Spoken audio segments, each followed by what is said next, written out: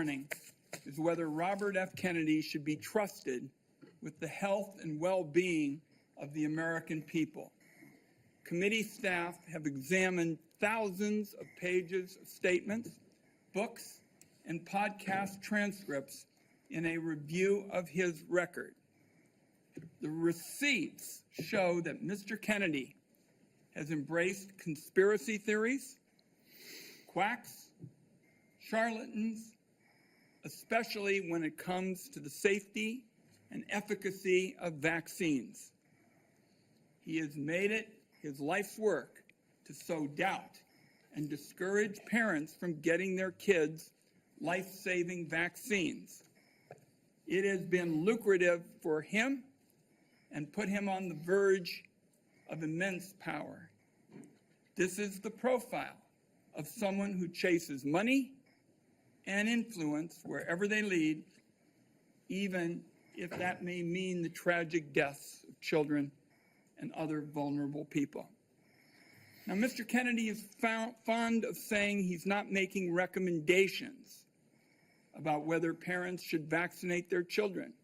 He's just asking questions and giving people choices. It's a slippery tactic to dodge any real responsibility for his words and actions. And it is, in my view, absurd coming from somebody who's trying to win confirmation for a job that is entirely about making recommendations. These recommendations are going to have life or death consequences for the American people. Mr. Kennedy, if you are confirmed, your recommendations determine which vaccines senior citizens get for free through Medicare. Your recommendation will determine which vaccines are given to millions of kids. Peddling these anti-vaccine conspiracy theories as our chief health officer is going to endanger the lives of kids and seniors across the nation. Just look at what happened when Mr. Kennedy inserted himself into an anti-vaccination crisis in the island nation of Samoa. He traveled there himself to push his views and pour fuel on the fire of a measles outbreak that began due to low vaccination rates.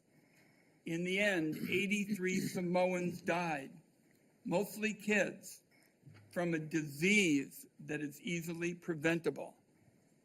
Americans cannot afford to import this experiment to our great nation. On other healthcare matters, from abortion to universal healthcare, Mr. Kennedy has changed his views so often it is nearly impossible to know where he stands on so many of the basic issues that impact Americans' daily lives. In a gobsmacking statement of irresponsibility, in November 2023, Mr. Kennedy said that he wanted to pause infectious disease research for 8 years. Mr. Kennedy has indicated he's open to restricting access to the abortion medication mifepristone, which remains a primary target of the Republican crusade against reproductive freedom. I took this on back in 1990 when I chaired the first congressional hearing on the topic. The science was clear then. It's even clearer today. Mifepristone is safe. The only reason it's under question in 2025 is because people with a political agenda have been out lying about it. Women deserve to know if Mr. Kennedy will abuse his power as our country's chief health officer to essentially implement a national abortion ban by restricting access to the safe and legal medication. Meanwhile, as the Trump budget office threw the Medicaid program into chaos yesterday, Republicans in Congress are proposing deep cuts to the program that will rip away health care for millions of Americans who count on this vital lifeline. Cuts to Medicaid of this magnitude are going to jack up the cost of health insurance. It'll shutter nursing homes and rural hospitals, deprive seniors and Americans with disabilities of home-based care. That approach amounts to handing over our nation's health system to for-profit insurance companies who've made a fortune delaying and denying care. Mr. Kennedy has virtually no knowledge or experience in handling these issues. It leaves him unprepared to take on a crisis like the nation witnessed yesterday when the Trump Budget Office shut down the federal Medicaid payment portal. After a careful review of Robert F. Kennedy Jr.'s statements, actions, and views, materials that I have reviewed personally and closely, I've reached the conclusion that he should not be entrusted with the health and well-being of the American people. When he's taken every side of every issue, how can this committee and the American people believe he has anything to say? Let me close by saying I believe more strongly than ever, and I have specialized in health care during my time in public service, that we're a turning point with regard to health care in America. If there's one word to describe Americans' feelings towards the health care system, it's disillusioned. At every single turn, people feel like they're rolling a load of dice, loaded dice, when they try to get health care. Americans are justifiably angry, fed up, and tired of a system that puts profits over patients. Instead of debating meaningful ways to improve Americans' health care, now the committee is being forced to relitigate settled science about vaccines and whether or not the federal government should help Americans get affordable health care. I know where Democrats on this Finance Committee stand when it comes to an agenda to lower costs and improve care. I must say, I cannot say the same about the nominee sitting in front of me.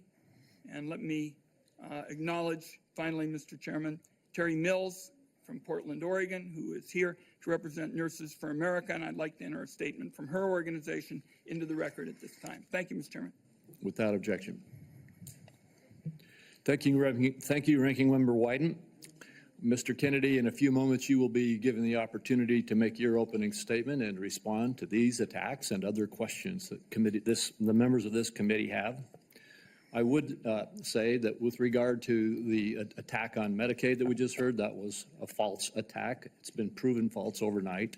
The Medicaid portal is operating efficiently today and was never intended to be shut down. Would gentleman yield, since he's mentioned my name?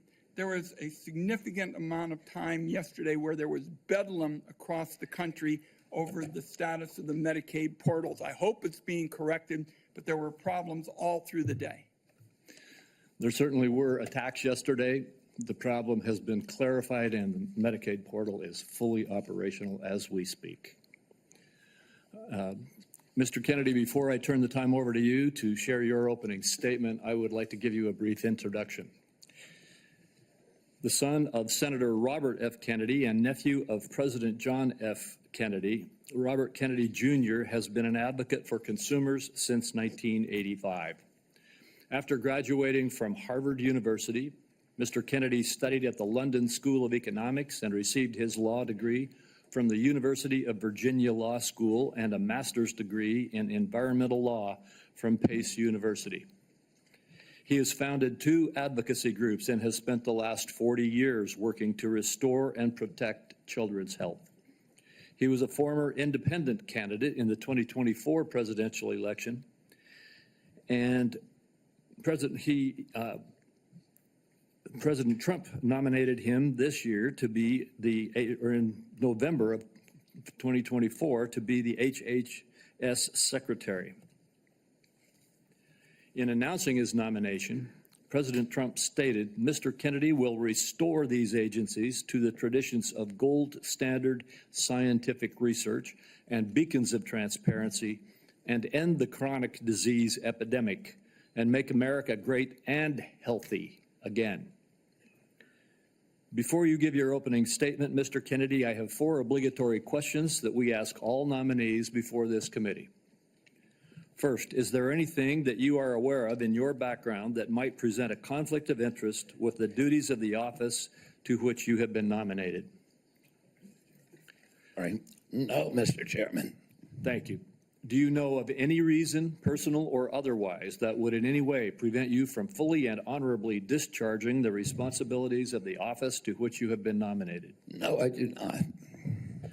Do you agree without reservation to respond to any reasonable summons to appear and testify before any duly constituted committee of Congress if you are confirmed? Yes, I do. And finally, do you commit to providing a prompt response in writing to any questions addressed to you by any senator of this committee? Yes, I do. Thank you, Mr. Kennedy. And before you begin, if you would like to, you may introduce your wife and children. Yes. My wife, Cheryl Hines, is here. My daughter, Kit Kennedy, my son, Bobby Kennedy, his wife, Amaryllis Fox Kennedy, and my nephew, Jackson Hines, is here too. We welcome you all. Thank you. You may proceed with your statement. Thank you, Mr. Chairman. Chairman Crapo, Ranking Member Wyden, and members of this distinguished committee. I'm humbled to be sitting here today as President Trump's nominee to oversee the U.S. Department of Health and Human Services. I want to thank President Trump for entrusting me to deliver on his promise to make America healthy again. I also want to thank Cheryl and Kik and Bobby and all of my other children who are here today, and all the many members of my large extended family for the love that they have so generously shared. Ours has always been a family that has been involved in public service, and I look forward to continuing that tradition. My journey into the issue of health began with my career as an environmental attorney, working with hunters and fishermen and mothers in the small town in the Hudson Valley and along the Hudson River. I learned very early on that human health and environmental injuries are intertwined. The same chemicals that kill fish make people sick also. Today, Americans' overall health is in grievous condition. Over 70% of adults and a third of children are overweight or obese. Diabetes is 10 times more prevalent than it was during the 1960s. Cancer among young people is rising by 1 or 2% a year.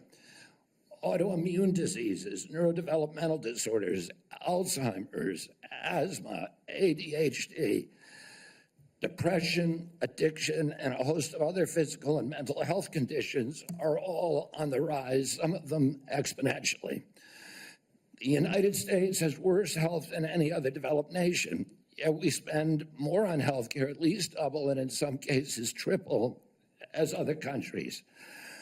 Last year, we spent $4.8 trillion, not counting the indirect costs of missed work. That's almost a fifth of GDP. It's tantamount to a 20% tax on the entire economy. No wonder America has trouble competing with countries that pay a third of what we do for health and have better outcomes and a healthier workforce. But I don't want to make this too much about money. It's the human tragedy that moves us to care. President Trump has promised to restore America's global strength and to restore the American dream, but he understands we can't be a strong nation when our people are so sick. A healthy person has 1,000 dreams. A sick person has only one. Today, over half of our countrymen and women are chronically ill. When I met with President Trump last summer, I discovered that he has more than just concern for this tragic situation, but genuine care. President Trump is committed to restoring the American dream, and 77 million Americans delivered a mandate to him to do just that, due in part to the embrace and elevation of the Make America Healthy Again movement.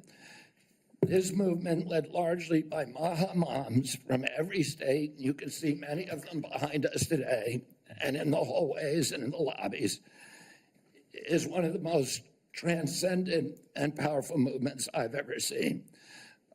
I promise President Trump that if confirmed, I will do everything in my power to put the health of Americans back on track. And I've been greatly heartened to discover a deep level of care among members of this committee, too, both Democrats and Republicans. I came away from our conversations confident that we can put aside our divisions for the sake of a healthier America. For a long time, the nation has been locked in a divisive healthcare debate about who pays.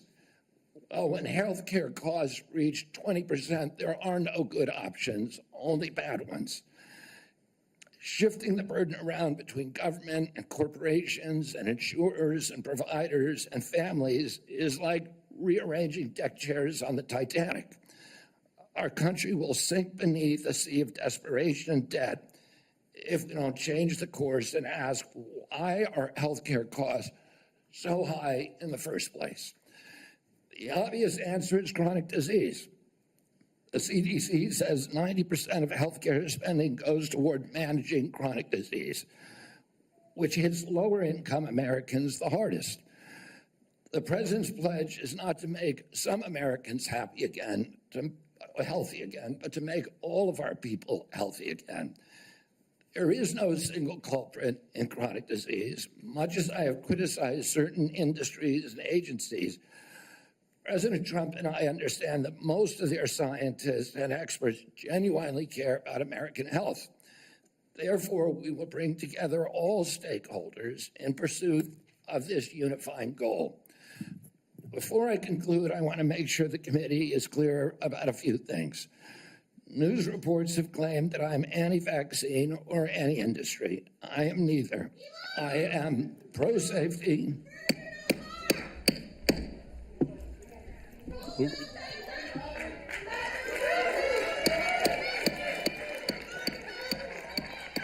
have order. Please proceed, Mr. Kennedy. I am pro-safety. I worked for years to raise awareness about the mercury and toxic chemicals in fish, and nobody called me anti-fish. And I believe that that vaccines play a critical role in healthcare. All of my kids are vaccinated. I've written many books on vaccines. My first book in 2014, the first line of it is, I am not anti-vaccine, and the last line is, I am not anti-vaccine. Nor am I the enemy of food producers. American farms are the bedrock of our culture, of our politics, of our national security.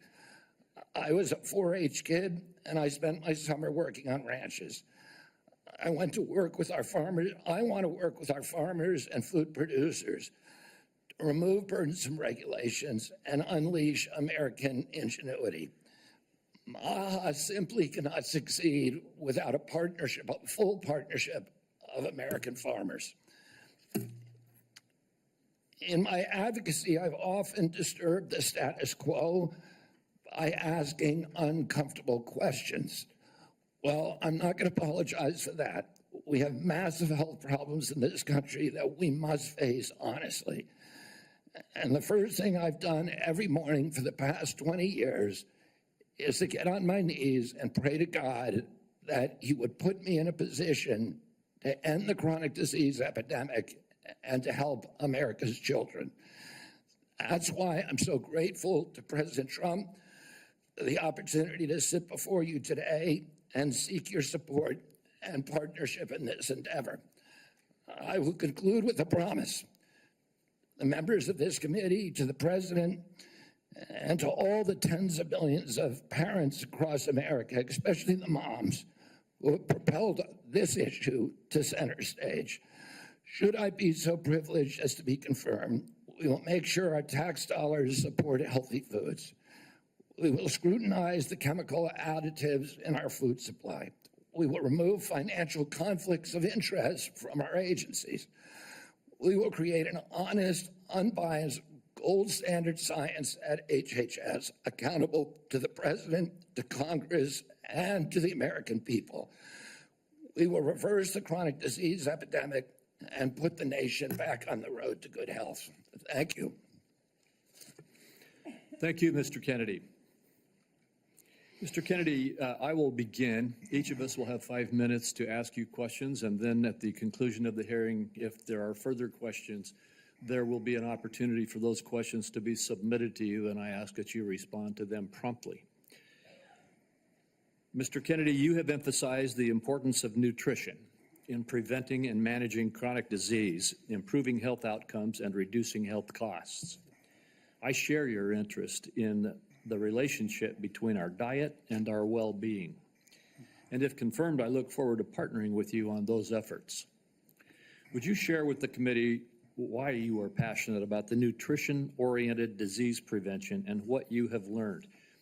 Yes, Mr. Chairman. I had 11 brothers and sisters. I had dozens of first cousins. I was raised in a time where we did not have a chronic disease epidemic. When my uncle was president, 2% of American kids had chronic disease.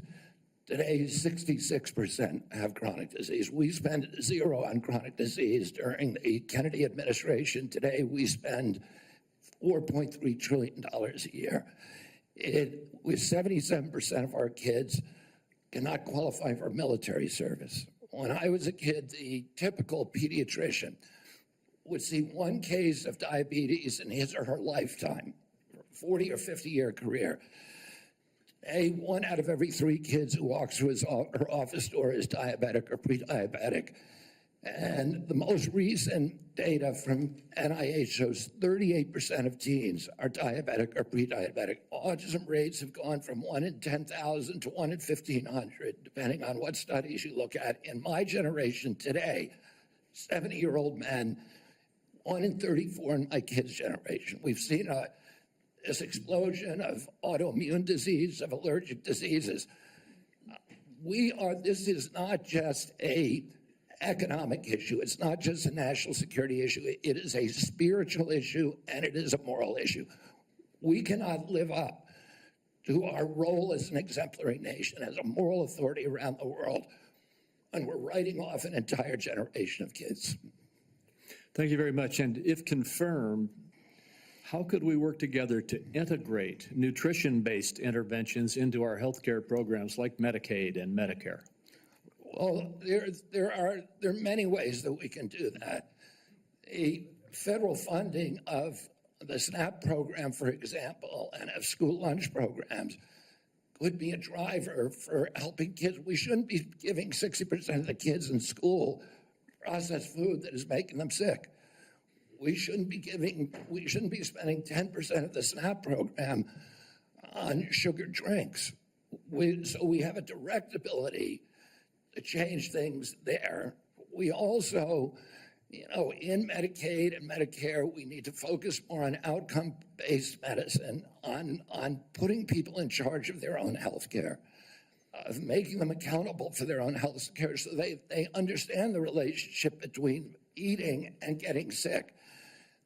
Most importantly, we need to deploy NIH and FDA to doing the research to understand the relationship between these different food additives and chronic disease so that Americans understand it and make sure that Americans are aware. But I don't want to take food away from anybody. If you like a cheeseburger, a McDonald's cheeseburger, a Diet Coke, which my boss loves, you should be able to get them. If you want to eat Hostess Twinkies, you should be able to do that. But you should know what the impacts are on your family and on your health. Thank you. Senator Wyden. Thank you very much, Mr. Chairman. Before I begin my questions, I'd like to start by entering into the record a letter the committee received from Ambassador Carolyn Kennedy outlining what she believes is Mr. Kennedy's lack of personal fitness for the office. Without objection. Mr. Kennedy, you have spent years pushing conflicting stories about vaccines. You say one thing and then you say another. In your testimony today under oath, you denied that you were anti-vaccine. But during a podcast interview in July of 2023, you said, quote, "No vaccine is safe and effective." In your testimony today, in order to prove you're not anti-vax, you note that all your kids are vaccinated. But in a podcast in 2020, you said, and I quote, "You would do anything, pay anything to go back in time and not vaccinate your kids." Mr. Kennedy, all of these things cannot be true. So, are you lying to Congress today when you say you are pro-vaccine? Or did you lie on all those podcasts? We have all of this on tape, by the way. Yeah, Senator, as you know, because it's been repeatedly debunked. That statement that I made on the Lex Friedman podcast was a fragment of the statement. He asked me, and anybody who actually goes and looks at that podcast and will see this. He asked me, are there vaccines that are safe and effective? And I said to him, some of the live virus vaccines are. And I said, there are no vaccines that are safe and effective. And I was going to continue for every person. Every medicine has people who are sensitive to them, including vaccines. Right. So he interrupted me at that point. I've corrected it many times, including on national TV. You know about this, Senator Wyden. So bringing this up right now is dishonest. let's be clear about what you've actually done then, since you want to deny your statements. For example, you have a history of trying to take vaccines away from people. In May of 2021, you petitioned the Food and Drug Administration to not only block Americans from having access to the COVID vaccine, but to prevent any future access to the life-saving vaccine. Are you denying that? Your name is on the petition. We brought that petition after CDC recommended the COVID vaccine without any scientific basis for 6-year-old children. Most experts agree today, even the people who did it back then, that COVID vaccines are inappropriate for 6-year-old children who basically have a zero risk from COVID. That's why I brought that lawsuit. I don't want to, I want to emphasize Mr. Kennedy, the facts.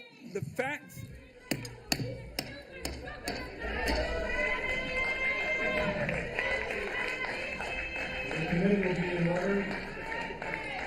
And to the audience. Hold on for a second, Mr. Kennedy. To the audience. Comments from the audience are inappropriate and out of order. And if there are any further disruptions, the committee will recess until the police can restore order. Please follow the rules of the committee. Mr. Kennedy, you may proceed. I also want to point out that your recitation of what happened in Samoa is absolutely wrong, and you know it's wrong, and you know it's wrong. We'll get to that in a moment. Right now, we're talking about the petition that you filed to block Americans from having access to the vaccine and to prevent any future access to the vaccine. Those facts are on the record. My third question to you is, you made almost $5 million from book deals, mostly promoting junk science. In 2021, in a book called The Measles Book, you wrote that parents had been, quote, misled into believing that measles is a deadly disease and that measles vaccines are necessary, safe, and effective. The reality is measles are in fact deadly and highly contagious, something that you should have learned after your lies contributed to the deaths of 83 people, most of them children, in a measles outbreak in Samoa. So my question here is, Mr. Kennedy, is measles deadly, yes or no? The death rate from measles historically in this country in 1963, the year before the introduction of the vaccine, was 1 in 10,000. Let me explain what happened in Samoa. In Samoa in 2017 or 2015, there were 2 kids who died following the MMR vaccine. And the vaccination rates in Samoa dropped precipitously from about 63% to the mid-30s, so they've never been very high. And in 2018, 2 more kids died following the MMR vaccine, and the government of Samoa banned the MMR vaccine. I arrived a year later when vaccination rates were already below any previous level. I went there, nothing to do with vaccines. I went there to introduce a medical informatics system that would digitalize records in Samoa and make health delivery much more efficient. I never gave any public statement about vaccines. You cannot find a single Samoan who will say, I didn't get a vaccine because of Bobby Kennedy. I went in June of 2019. The measles outbreak started in August. Oh, clearly I had nothing to do with the measles. Not only that, Mr. Kennedy, Senator, not only that, if you let me finish, Senator. You have had some time. If you let me finish, Senator, if you let me finish, There are 83 people died. When the tissue samples were sent to New Zealand, most of those people did not have measles. We don't know what was killing them. The same outbreak occurred in Tonga and Fiji, and no extra people died. There were 7 measles outbreaks in the 13 years prior to my Chairman, I just arrival. would like to get my time back. The nominee wrote a book saying that people had been misled into believing that measles is a deadly disease. He's trying now to play down his role in Samoa. That's not what the parents say. That's not what Governor Green says. It's time to make sure that we blow the whistle on actually what your views are. At least we're starting. We need to move on. Senator, I support the measles vaccine. I support the polio vaccine. I will do nothing as HHS Secretary that makes it difficult or discourages people from taking either of those Anybody vaccines. who believes that ought to look at the measles book you wrote saying parents have been misled into believing that measles is a deadly disease. That's not true. We need to move on. Senator Grassley. Welcome. I'm going to do like I did in my office. I'm just going to make some points to you.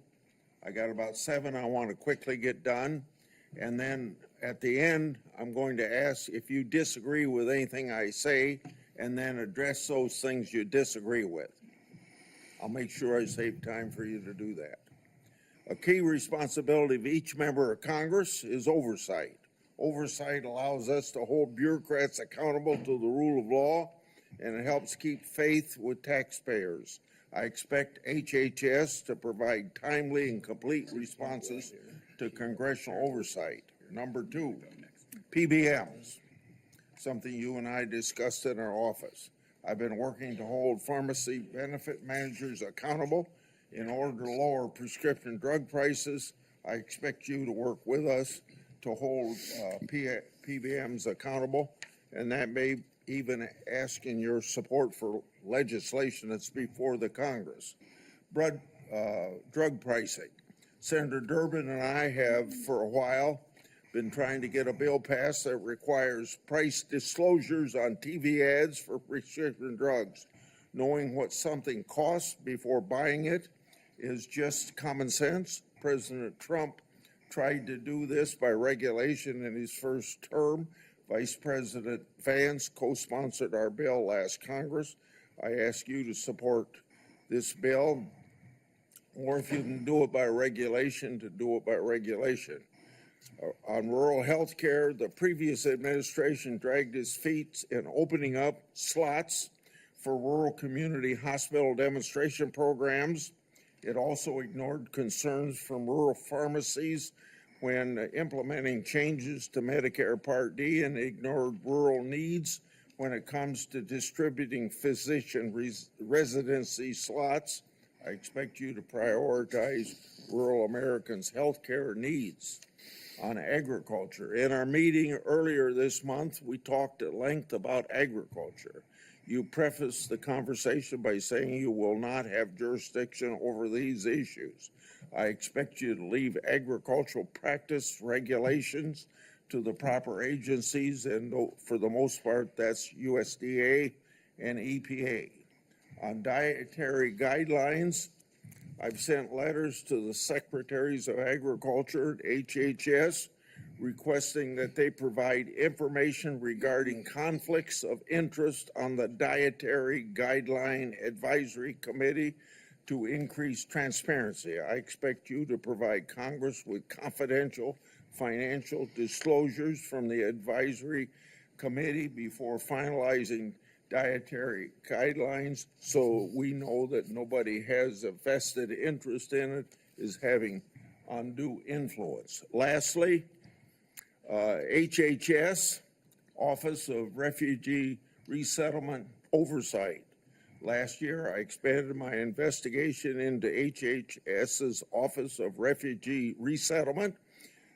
I wrote 24 contractors and grantees whose job it is to place unaccompanied children with sponsors.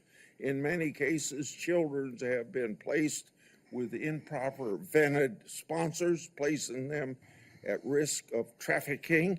The Biden administration's HHS directed these taxpayer-funded contractors and grantees to not respond to my inquiry.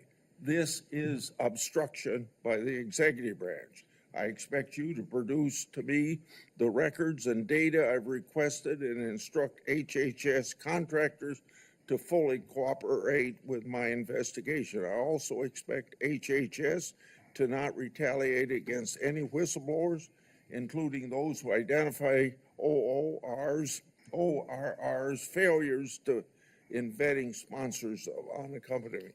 You got 45 seconds to respond if you want to. I agree with all of those provisions, Senator.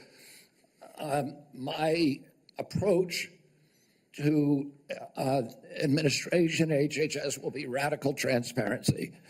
If members of this committee or other members of Congress want information, the doors are open.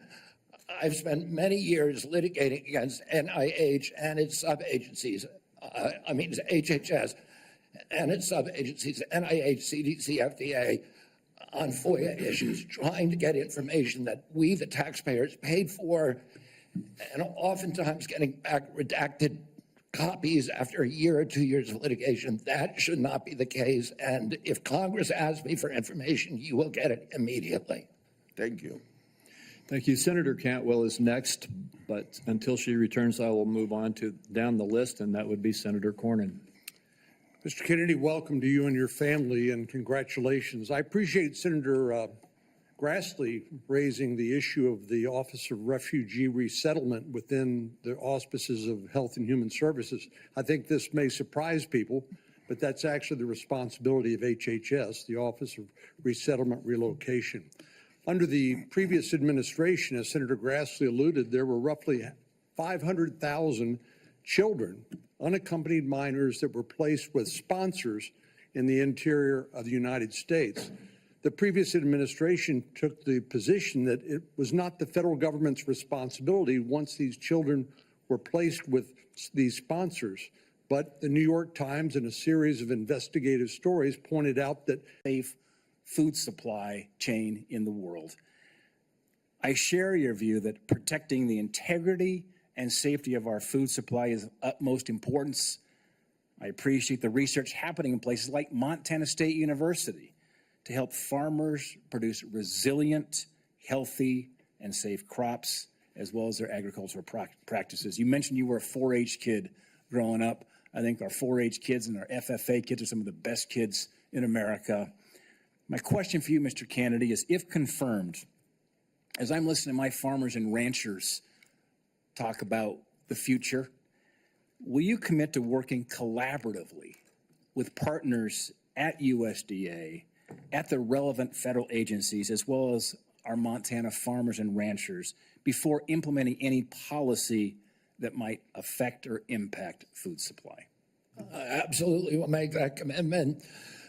I have, as I shared with you, a personal commitment and a long career working with farmers. I want to make sure I understand the very, very narrow margins, the slim margins that American farmers and ranchers are dealing with.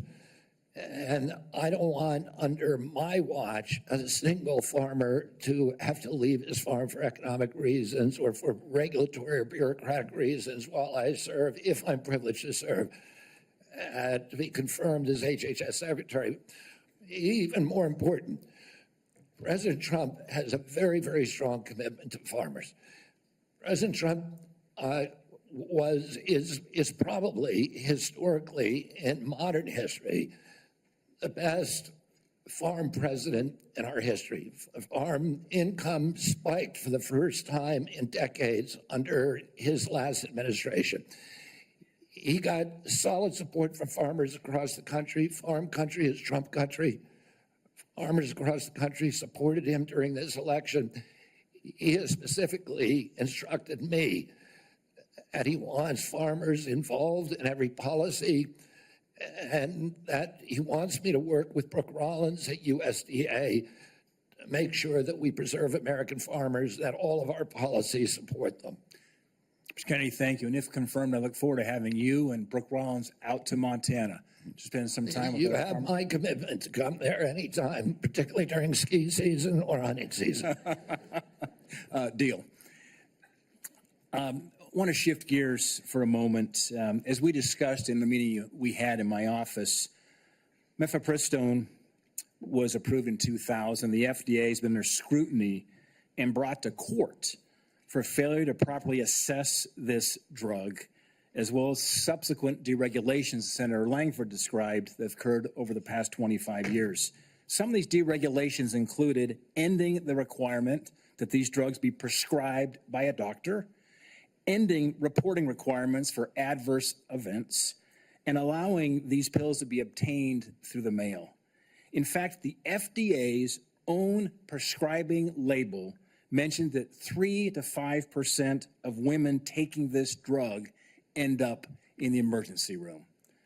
My question is, if confirmed as Secretary of HHS, will you commit to working with the FDA Commissioner to review these deregulatory actions that are threatening the safety of women? Sorry, Senator. As I said to Senator Langford, I think it's immoral to have a policy where patients are not allowed to report adverse events and where doctors are discouraged from doing that. President Trump has asked me to study the safety of mifepristone. He has not yet taken a stand on how to regulate it. Whatever he does, I will implement those policies, and I will work with this committee, make those policies make sense. Thank you, Mr. Kennedy. Senator Hassan. Thank you, Mr. Chair and Ranking Member Wyden, and welcome, Mr. Kennedy, and to your family as well. I want to start with a couple of concerns I have, and just briefly on Medicaid. States share in the funding of Medicaid. Millions of disabled children in this country are alive because of Medicaid. Millions of people with addiction in this country are in recovery because of the services provided to them by Medicaid. And millions of chronically ill people who, until Medicaid expansion was enacted, who couldn't get health care and therefore couldn't work because they were too sick, got health care through Medicaid expansion, then went back to work, and now they're on private insurance. So those are some facts about Medicaid that you might want to brush up on. Now, I'm also extremely concerned about your endorsement of radical fringe conspiracies that, if implemented at HHS, would put American families' lives at risk. Vaccines are one of our greatest public health triumphs. And you don't need, I'm not talking about abstract medical science.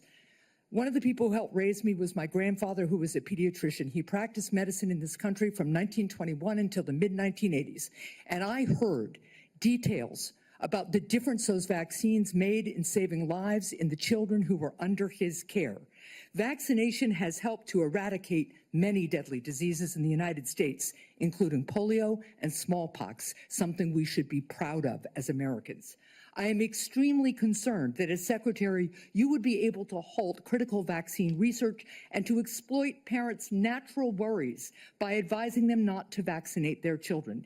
This will lead to more children getting sick, and some will even die. Before the measles vaccine, about 500 American children died a year from measles. This is too much of a risk for our country, and there is no reason that any of us should believe that you have reversed the anti-vaccine views that you have promoted for 25 years.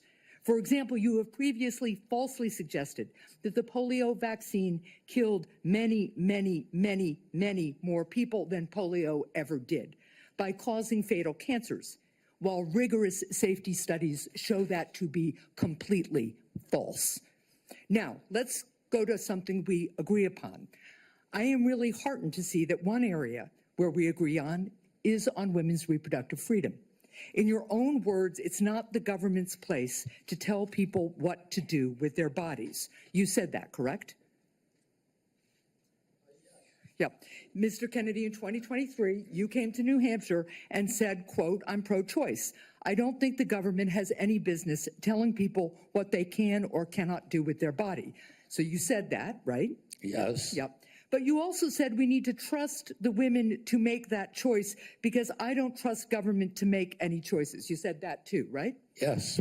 It is remarkable that you have such a long record of fighting for women's reproductive freedom and really great that my Republican colleagues are so open to voting for a pro-choice HHS Secretary. So, Mr. Kennedy, I'm confused. You have clearly stated in the past that bodily autonomy is one of your core values.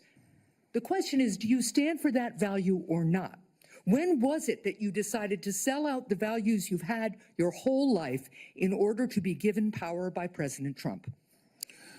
Senator, I agree with President Trump that every abortion is a tragedy, that we can't be a moral authority in this country. Right, so, but that isn't what you said back in New Hampshire in 2023. My question is exactly when did you decide to sell out your life's work and values to get this position? Senator, I agree with President Trump that every abortion is a tragedy. So what you're telling us, just to be clear, because my time is limited, is that regardless of what you believe, regardless of what values you have, if President Trump tells you to do something, you're going to do it. You said just now the discussion about mifepristone. Oh, he's asked me to study the safety of it. Here are the safety studies that tell us mifepristone is safe and effective. And I ask, Mr. Chair, that these about 40 studies be admitted to the record by unanimous consent. Without objection. So the studies are there. The safety is proved. The science is there. But what you're telling us is if President Trump orders you to take action to make it harder for women to get direly needed health care, you'll follow his order. If Mr. Trump, as he did yesterday, orders a halt on Medicaid payments that are essential for taking care of people with disabilities all around this country, you're going to follow that order because you are willing to sacrifice your values, your knowledge, if President Trump tells you to do that. That, to me, is unacceptable in a Secretary of Health and Human Services. As I explained before, the White House has issued a statement saying that that policy will not deprive any American of benefits. The problem is the White House issued that statement only after we pointed out the damage it would do, and it became politically uncomfortable for them. You know what else that freeze on federal funding did? It halted funds for critical research that could cure pediatric cancer. So if the president tells you to do that, you're going to stop that too. That's enough. Thank you. Senator Cortez Masto is next. Thank you. Mr. Kennedy, thank you for coming into my office and having the conversation that we did. I appreciate your passion and your belief, and you've spent years really talking about the issues that matter to you, and I appreciate that. Let me ask you a couple of questions, though I just need some clarification. Right now, there's a 40-year-old law that requires hospital ERs accepting payment from Medicare to actually provide emergency care to patients. So let's say a woman experiencing a life-threatening condition like a heart attack goes to the ER. As a lawyer, you would agree that that federal law protects her right to emergency care, correct? Yes. So now a pregnant woman with life-threatening bleeding from an incomplete miscarriage goes to the ER. Let me rephrase that so you can hear. A pregnant woman with a life-threatening bleeding from an incomplete miscarriage goes to the ER, and her doctor also determines that she needs an emergency abortion. But she's in a state where abortion is banned. You would agree also as an attorney that federal law protects her right to that emergency care, correct? I don't know. I mean, the answer to that is I don't know. If the state bans well, let me ask you this as an attorney. Doesn't federal law preempt state law? The federal Constitution does. Sometimes not every federal law preempts state laws. It could be unconstitutional. I'm Well, not I would trying to tell be you in this evasive, case, let me ask Senator. you I'm this. just telling you I don't know the I answer appreciate to that. question. But what authority do you have over this as the director of HHS? What authority do I have? Yeah, to enforce the law, In what regards? to make sure that a hospital that receives payment from Medicare is ensuring that they're providing the necessary emergency care to patients when they present. I don't- It's actually the EMTALA law. So what authority as HHS director do you have with respect to EMTALA? My understanding is that I have budgetary power and that it's pretty much limited to that. But if you tell me I have another authority, I don't even think that Well, let me tell you, we you have a do. law enforcement branch at HHS. Actually, you do, and that's CMS. CMS actually investigates complaints of EMTALA violations, as well as the Health and Human Services Inspector General, who, by the way, was just recently fired by Donald Trump. So you will be enforcing EMTALA laws, and it's important that you understand their impact and don't play politics with the patient presenting at the ER based on a position that this administration has taken. Let me ask you another question. When we met in my office, you said about lowering drug prices, that when Big Pharma price gouges, the American people suffer. I think we both agree on that. And I think you're sincere in your belief that you want to reduce prices for Americans, correct? Yes. Yeah. The Inflation Reduction Act empowered Medicare to negotiate prescription drug prices. It penalizes drug companies for price hikes above inflation, and it caps seniors' out-of-pocket drug costs, along with reducing insulin prices to $35 per month. But your future boss, Donald Trump, on his first day in office, revoked President Biden's executive order that actually directed the health secretary to examine ways to reduce drug prices and improve access to innovative therapies for the American people. And unfortunately, Republicans in Congress want to repeal the Inflation Reduction Act, which means reversing all of those things that we worked on to lower prices for Americans. So my question to you is, what do you do? Why are you there? Are you there to be a rubber stamp to this administration and cave into all of these positions that they're taking, even though you know they're in disagreement with your positions on lowering drug prices and that they could harm Americans? How do you handle that as HHS director? Senator, my understanding is that the White House issued an executive order, I believe today, supporting the drug negotiations under the IRA. President Trump was very aggressive during his first term about negotiating drug prices. He has instructed me, and I've met with him repeatedly on this, that we need lower prices than seniors in this country, and So let me ask others you, are. let me ask you this, because I only have so much time. So we've already negotiated lowering prices for 10 drugs with Big Pharma. And Big Pharma, by the way, opposes this.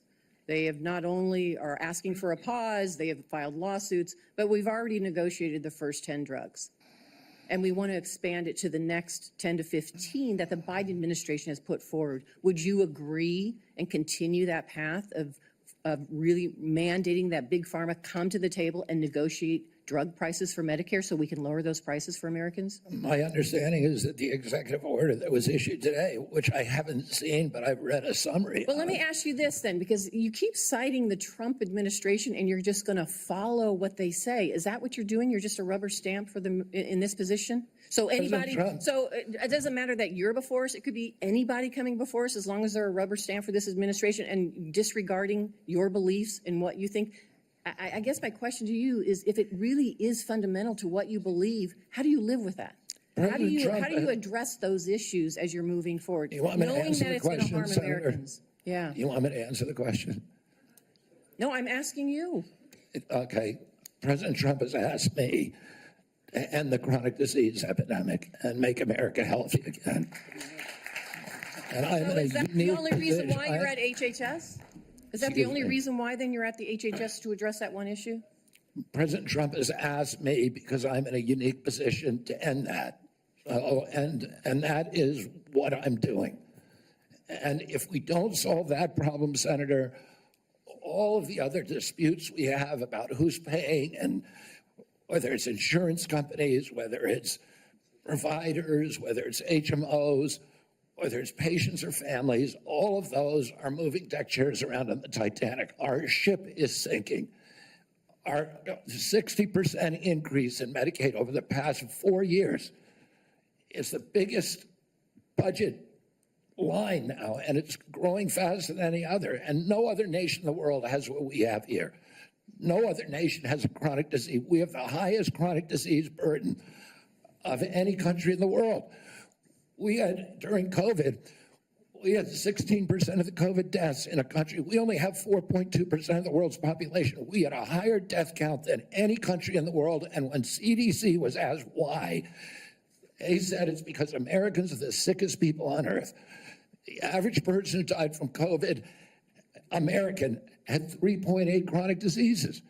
This is an existential threat economically, to our military, to our health, to our sense of well-being. And it is a priority for President Trump.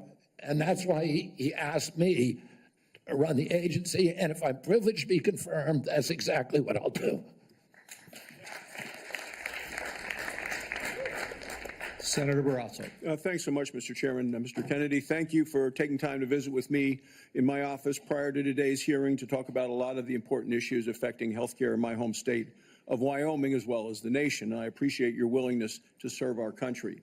During our meeting, we discussed the challenges that healthcare providers and patients are facing in rural America. Financial obstacles facing rural hospitals, workforce shortages, issues of OBGYN, and then new regulations that are painful that have come out of the Biden administration are hurting our ability to provide nursing home staffing. So let me start, if I could, with rural hospitals and the closures of hospitals like that. There are a lot of challenges facing hospitals in rural communities and frontier areas. We have 33 hospitals in Wyoming. 26 are really located in areas, locations, often hard to get to. Weather impacts them. 6 of the hospitals are at risk of closing. 2 are at immediate risk of closing in the next 2 years. 10 have had to cut available services. And this is a concern of rural hospitals in both Republican and Democrat states, either way, bipartisan. Critical that the workforce challenges, financial challenges that we're facing are addressed. Can you commit to working with us on a plan to address the critical nationwide issue of rural health care? Yes, yes, Senator. And I would say that during my visits, I visited almost 60 senators so far.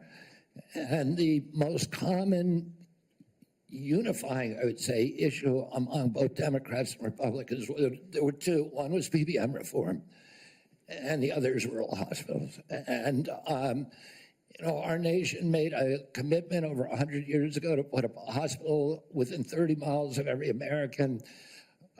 We generally succeeded in doing that. It's absolutely critical. It's life-saving. And rural hospitals are closing at an extraordinary rate right now. They not only provide important health care for the localities, but also they're economic drivers for localities all over this country. President Trump is determined to end the hemorrhage of rural hospitals, and he's asked me to do that through the use of AI, through telemedicine, which these are innovations that I saw the other day. A Cleveland clinic has developed an AI nurse that you cannot distinguish from a human being, that has diagnostics as good as any doctor. And we can provide concierge care to every American in this country, even those, the remote parts of Wyoming, Montana, Alaska, et cetera. We also have opportunities at HRSA and at the GME to finally live up to GME's mission of providing personnel to rural hospitals. And I intend to use all of my power, because I've seen the priority that is given by both Democrats and Republicans on this committee. I intend to make that a priority if I'm privileged to be confirmed. Well, I appreciate it, because often with financial strains on a local hospital, one of the common services to be cut in rural hospitals is maternity services. So now we have women in Wyoming having to drive over 100 miles to access care.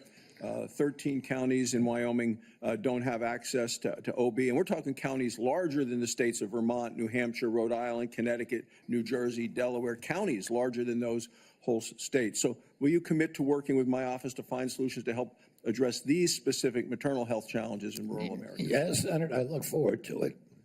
Another issue we specifically spoke about with this harmful Biden administration rule that have really been bad for our rural nursing homes. And it's a rule that would triple the registered nurse requirements in nursing homes. This is going to lead, there just aren't enough registered nurses in our state to be able to comply with this.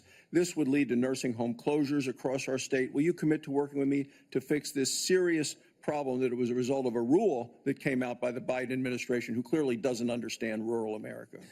Yes, Senator, I think the rule was well-intentioned, but as you've said, and I've heard from many rural senators, it will be a disaster for their states. Some of the nursing homes, these are staffing rules that require 24-hour staffing by medical professionals. Some of the nursing homes in rural areas simply do not have the available personnel or the economics to be able to do that.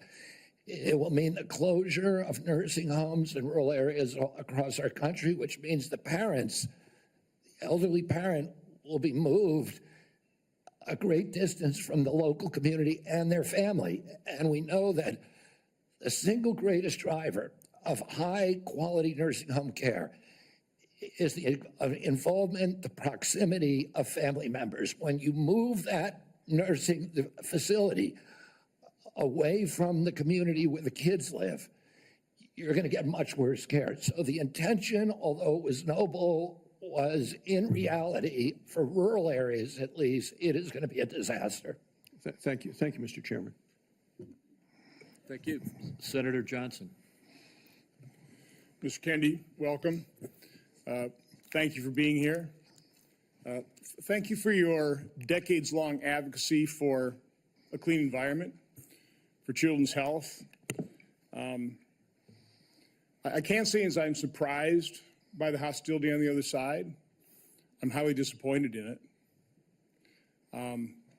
I don't know if you remember when you called me up and you were contemplating setting your political differences aside, joining forces with President Trump on an area of agreement, addressing chronic illness, trying to find the root cause of all these problems facing this nation.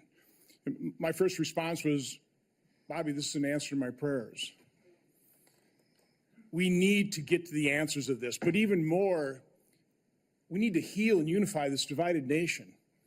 I'm not necessarily the most optimistic guy because we've got enormous challenges facing this nation, but I thought, wow, here's somebody from the left, somebody I don't agree with on many issues politically, coming together with President Trump and focusing on an area of agreement, something that the American people desperately want. Finding out the answers. What has caused autism? What is causing chronic illness? Ms. Kennedy, I think I've come to know what's in your heart. I think I know the personal and political price you've paid for this decision. I want to say publicly, I thank you for that. I truly appreciate what you're doing here. Can't we come together as a nation and do this? Can we do? Aren't you getting tired of this? I'm getting tired of this. So again, Mr. Kennedy, I need to enter in the record. These are just 11 letters of support signed by 63,000 people, thousands of doctors. From the American Association of American Physicians and Surgeons, Independent Medical Alliance, the North Carolina Physicians and Freedom Group, Governor Jeff Landry from Louisiana. These are Americans, nonpartisan. A lot of these people I know because I've advocated with you. A lot of them are Democrats. They put their political differences aside. So, Mr. Chairman, I'd like to enter this in the record. Without objection. I also do want to, Mr. Kennedy, as long as I have you here, I've written over 70 oversight letters to the federal health agencies under the Biden administration. I've virtually gotten squat out of them, okay? What I get is we get, for example, 50 pages of Anthony Fauci's emails redacted. Oh, by the way, the latest one was 17 pages. Instead of issuing a health alert on the myocarditis they knew was impacting young men early in 2021, instead of issuing an alert on the Health Alert Network, they developed 17 pages of talking points. This was given to the public under a FOIA request. They had to go to court. They've got a new way of redacting. They don't black things out. They just give you white pages, so you don't even know what they have redacted. So again, I've issued a subpoena now to cover the information I've requested in 70 oversight letters. My question to you is, as Secretary of HHS, will you honor these requests from Congress, and will you make HHS transparent?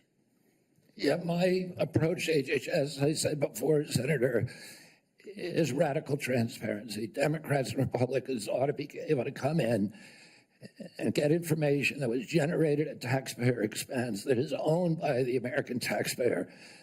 They shouldn't get redacted documents. Public health agencies should be transparent. And if we want Americans to restore trust in the public health agencies, we need transparency. I want to say something about what you first said. When I launched my campaign, it was about uniting Americans, Democrats and Republicans. There's no issue that should unite us more than this chronic health epidemic. There's no such thing as Republican children or Democratic children. These are our kids. 66% of them are damaged. I know what a healthy kid looks like because I had so many of them in my family. I didn't know anybody with a food allergy growing up, peanut allergy. Why do 5 of my kids have allergies?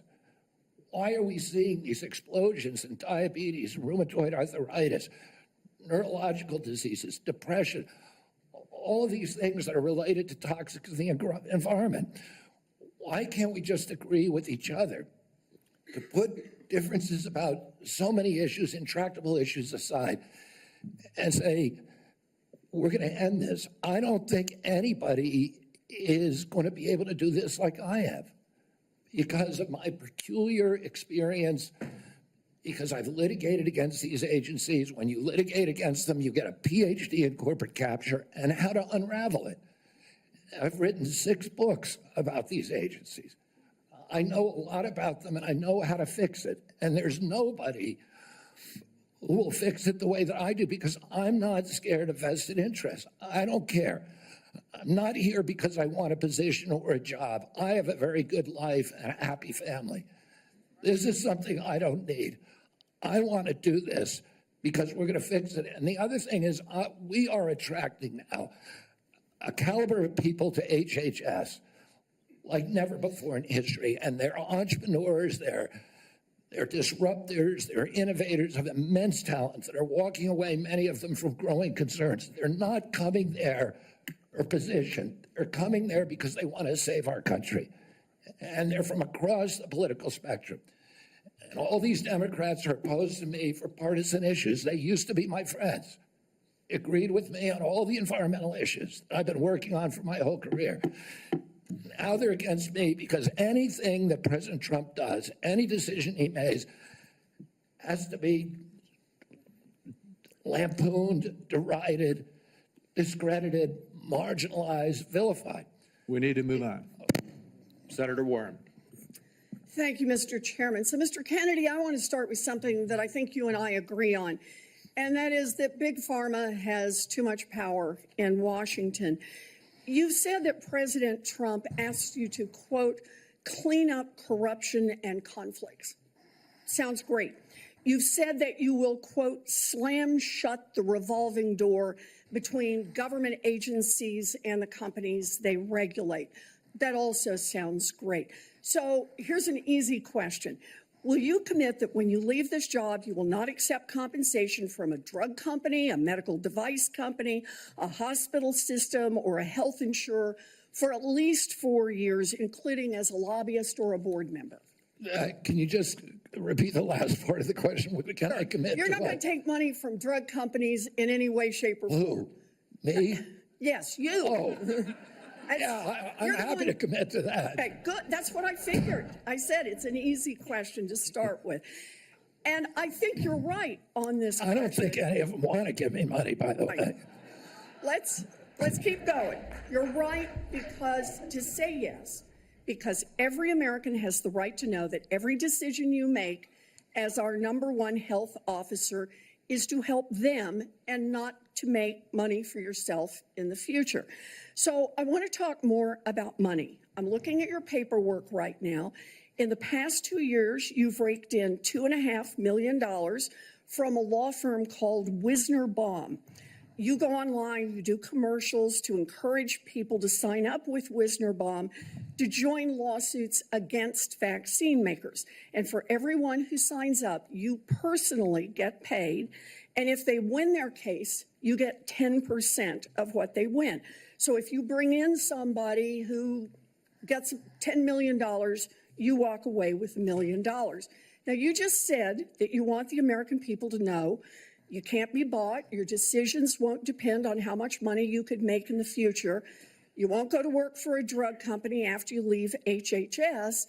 But you and I both know there's another way to make money. So, Mr. Kennedy, will you also agree that you won't take any compensation from any lawsuits against drug companies while you are secretary and for 4 years afterwards?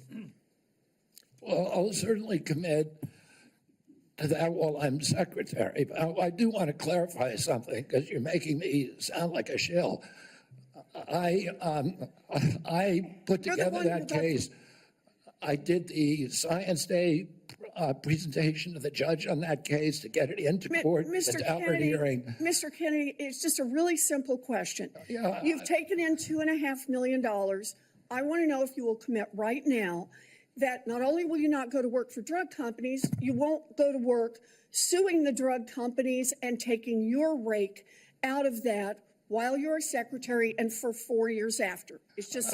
I'll commit to not taking any fees from drug companies while I'm secretary. No. I'm asking about fees from suing drug companies. Will you agree not to do that? You're asking me to not sue drug companies, No, and I'm not going to agree to that, drug Senator. companies as much as you want.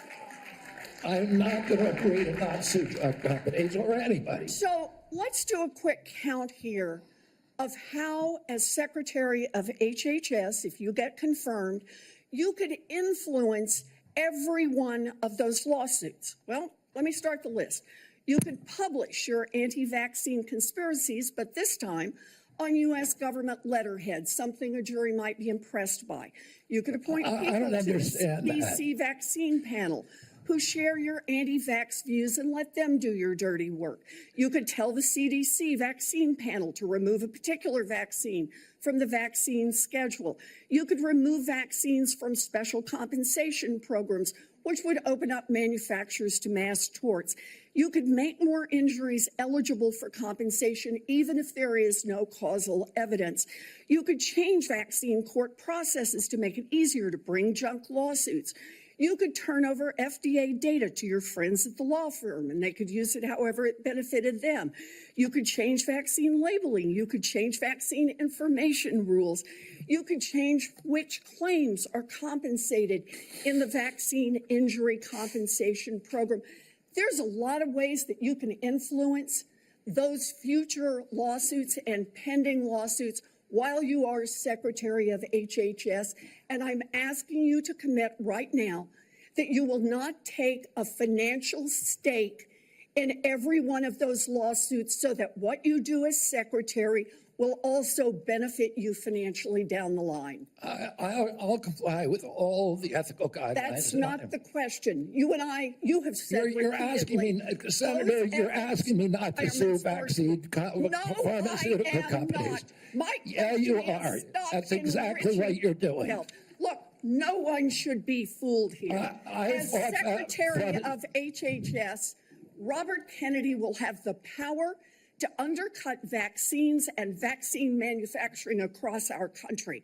And for all of his talk about follow the science and his promise that he won't interfere with those of us who want to vaccinate his kids, the bottom line is the same. Kennedy can kill off access to vaccines and make millions of dollars while he does it. Kids might die, but Robert Kennedy can keep cashing in. Senator, I support vaccines. I support the childhood schedule. I will do that. The only thing I want is good science, and that's it. How about then say you won't make money off what you do as Secretary of HHS? Before we go to Senator Tillis, I think it would be important for me to make it very clear that Mr. Kennedy has gone through the same Office of Government Ethics process as every single other nominee in the Finance Committee this year and in previous administrations. In addition to listing his assets, including the items that you've identified, he has signed an ethics letter that has been reviewed by the Office of Government Ethics concerning any possible conflict in light of its functions and the nominee's proposed duties.